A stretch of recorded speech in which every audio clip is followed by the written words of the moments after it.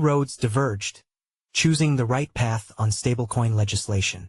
Privileging US-based stablecoin issuers over issuers abroad is short-sighted and will stifle innovation, says MoonPay CEO Ivan Soto-Wright.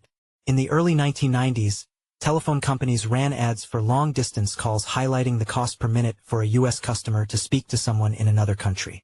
Today, that business does not exist. You can now Facetime or Zoom anyone, anywhere, for free. What changed? The shift to voice over Internet Protocol, VoIP, ultimately drove the price of calls down to nearly zero. Today, we are experiencing a similar transformation as a global, embedded financial layer emerges within the Internet. This will ultimately drive money transfer costs closer to zero, transforming a system long burdened by high fees, delays, and middlemen.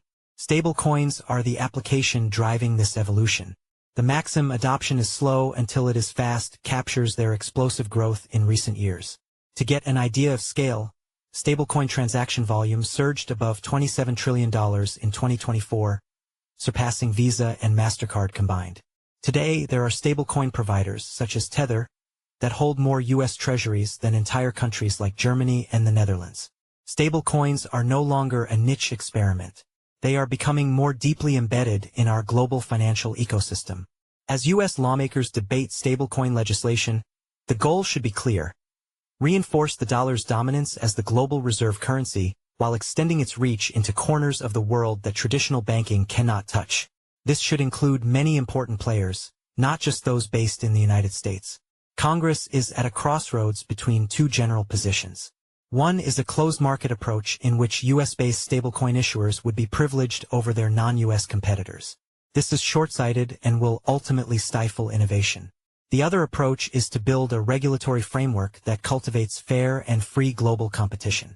By allowing international players like Tether to compete alongside US-based issuers, the US can foster a dynamic ecosystem where the best ideas and technologies rise to the top. Competition is what would drive excellence. There is a myth being perpetrated that only US-based issuers back their tokens with sufficient reserves, attest to those reserves, and take necessary steps to prevent money laundering and terrorist financing. That simply is not true. Tether, the largest stablecoin issuer, assisted American law enforcement and over 230 law enforcement agencies in 50 countries to block $2.5 billion in illicit activities worldwide. The reality is that responsible stablecoin issuers exist both inside and outside the US. Tether, which is based in El Salvador, accounts for more than half the stablecoin market. Overly restrictive regulation could also backfire on the US economy. If stablecoin legislation drives foreign-based companies out of the US, it could result in decreased demand for US Treasuries, weakened dollar dominance, and a less competitive stablecoin space. Congress stands at an important crossroads. Two roads diverged, as Robert Frost once wrote. It could seize this moment to craft a regulatory framework that champions competition and transparency, or it could take the narrow road by taking a protectionist approach and choking innovation. The market's diversity is not a bug to fix. It's a feature to harness. It's time to make a careful choice as the stakes could not be higher. Let's make sure we get this right for the future of finance.